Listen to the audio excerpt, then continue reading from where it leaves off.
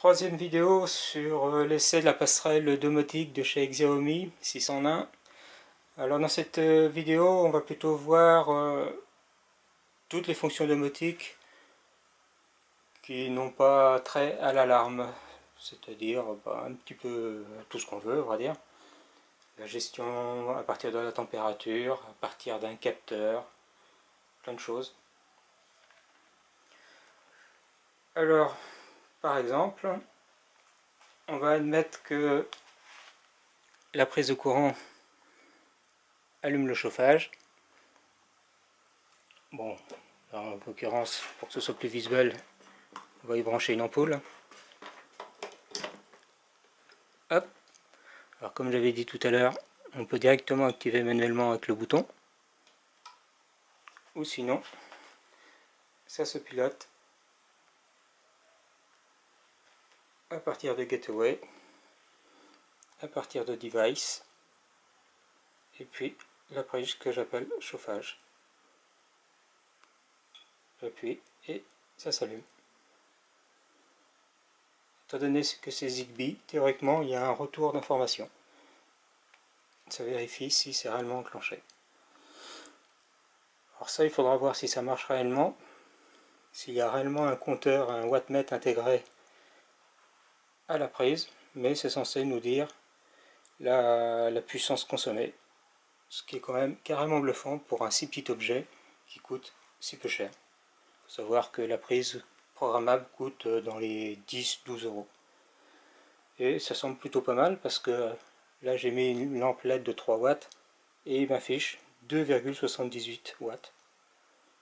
C'est quand même plutôt bluffant.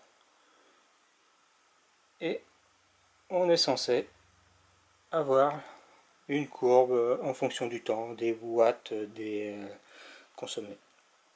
C'est plutôt assez extraordinaire. Alors on peut activer, on peut mettre des timers. Par exemple, si on veut ouvrir un volet à telle heure ou allumer la lumière de telle heure à telle heure pour simuler une présence. Ou un compte à rebours si on veut que la lumière des enfants soit allumée 30 minutes par exemple. Plein de choses vraiment sympas. Et là on va faire un truc beaucoup plus cool encore. On va aller dans température. Ici il y a 3 petits points. Automation. Et je vais décider d'allumer le chauffage. Plus. Donc je choisis quel capteur. Température. Si la température est inférieure à 24 degrés par exemple, ouais, je suis frileux, et ben j'allume le chauffage. Turn on. Voilà, save. Bon, pareil, il y a encore des caractères chinois qui traînent. Ok. Et je peux décider que si la température dépasse 25 degrés pour faire l'essai, plus, température. Si la température est supérieure à 25 degrés, save. Alors, on va éteindre le chauffage. Chauffage, turn off, save.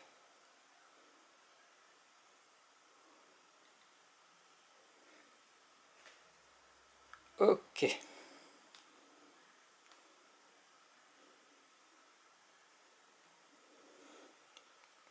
Étonnamment, ça aura dû éteindre puisque ma température indiquée est 25 degrés. On va voir déjà si dans l'autre sens ça marche. Alors pour simuler, déjà je vais éteindre manuellement. Et puis je vais refroidir.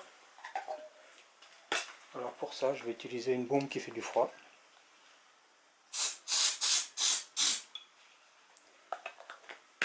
Et effectivement,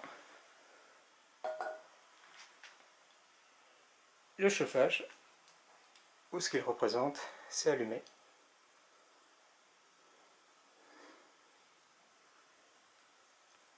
Logiquement, quand ça aura réchauffé, ça devrait s'éteindre tout seul.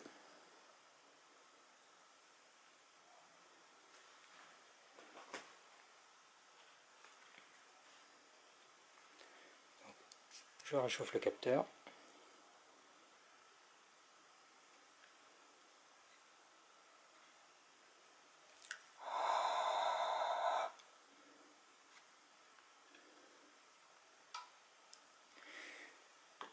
Et effectivement, ça s'éteint.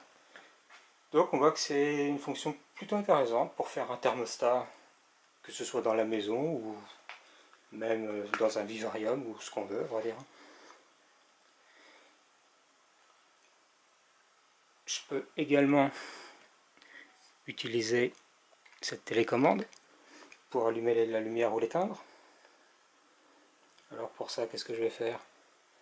Je retourne dans My Device, Gateway, Device,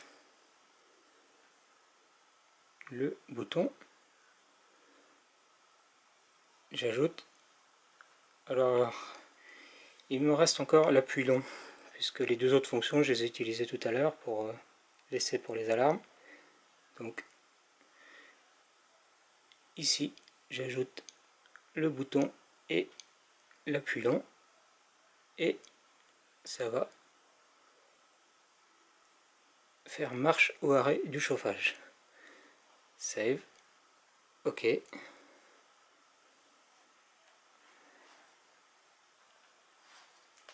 Je fais un appui long, ça allume.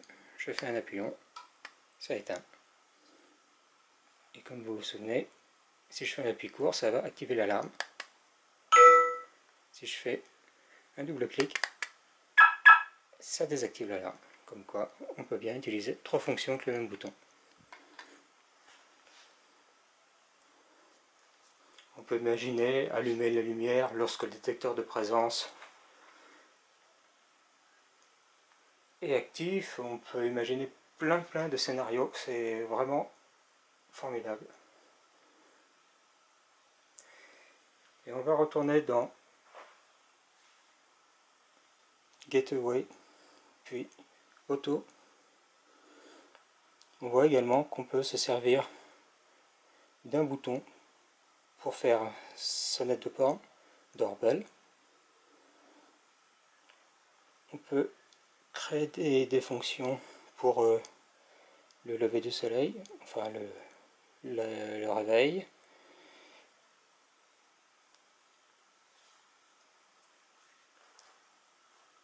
On peut faire des choses avec des couleurs apparemment.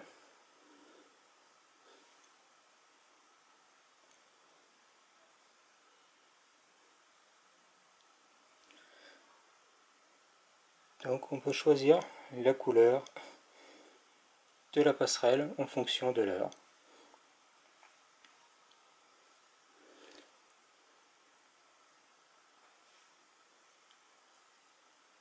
Une autre type de luminosité pour la nuit. Voilà, on peut faire vraiment plein de choses. Je vais vous laisser tester également.